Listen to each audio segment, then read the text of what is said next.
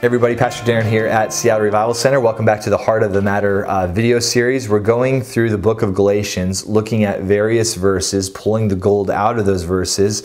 We're not necessarily going through every verse in the book of Galatians, but we are hitting on certain text, and we're doing it in chronological order. If you'd like to kind of dive into the deeper things in the book of Galatians, chapter upon chapter, verse upon verse, precept upon precept, then check out our podcast at seattlerevivalcenter.com, or feel free to swing by and check out a Sunday morning service. We meet every Sunday at 10 a.m. The details are on our website. Today we're looking at Galatians. We're still in chapter 1, looking at verse 16.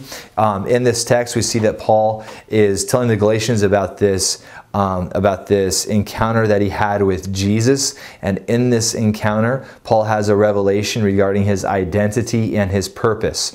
We're going to look at what Paul does immediately after this revelatory experience.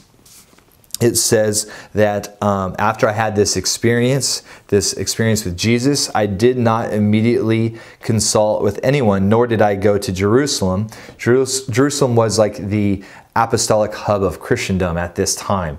Everyone who was anyone, all the superstars and rock stars within the Christian faith were at Jerusalem. This is where it's going down at this time.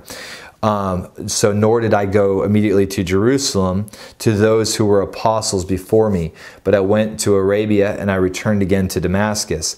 Then after 3 years of receiving this revelation, I finally made my way to Jerusalem, where I consulted with Peter and remained with him for 15 days.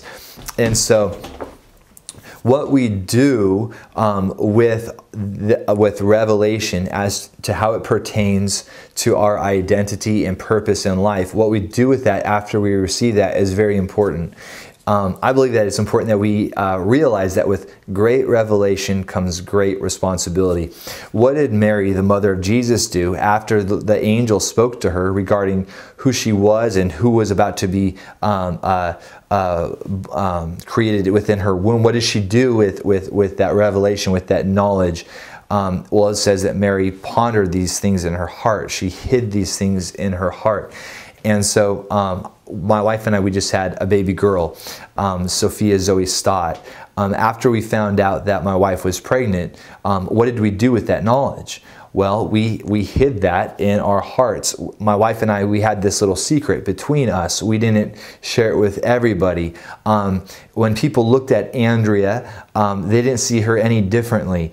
Everybody saw the same Andrea walking around, talking, acting just the way that she'd always acted. However, Andrea and I knew that there was something very different about Andrea. There was this life that was being knit together in her womb. There was this act of creation that was taking place within her womb. And we have to realize that revelation, it fertilizes that womb of destiny within us, that when the Lord comes and He reveals to us who we are in Him, and that plan and purpose that He has for our lives, when there's a revealing of that, it's important that we take responsibility for that, and we realize that now we are carrying this destiny within our womb, that now there is a great responsibility to protect this thing that God is doing in us. It's very important that after the Lord speaks with us, that we realize that is an intimate moment between the Lord and us,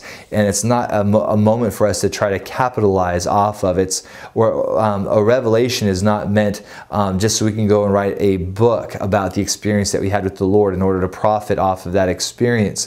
Whenever the Lord comes to us and we have an incredible encounter with Jesus, it's important that we take these things and we guard them, we protect them, we carry them, and in the same way that an expectant mother would carry her baby. We see that within the life of a pregnant mother, that she carries that baby for 9 months before it's actually born. So there is this caring, there is this stewarding, there is this protecting, there is this nourishing, this act of creation within her womb. And to the degree that she cares and nourishes and takes care of her body and her womb during that 9 months, that will determine the health of that baby when it's born.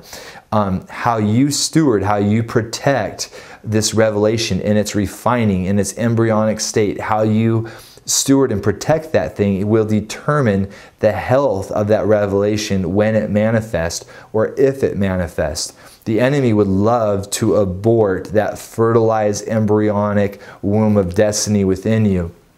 And you say, well, how would the enemy like to do that? Well, he would love for you to give birth to that revelation and to that purpose prematurely. He would love for you to as soon as you find out what's going on, to instantly try to give birth to that thing. And in the same way, if Andrea and I had tried to remove that embryo right upon fertilization, the removal of such would have been an abortion.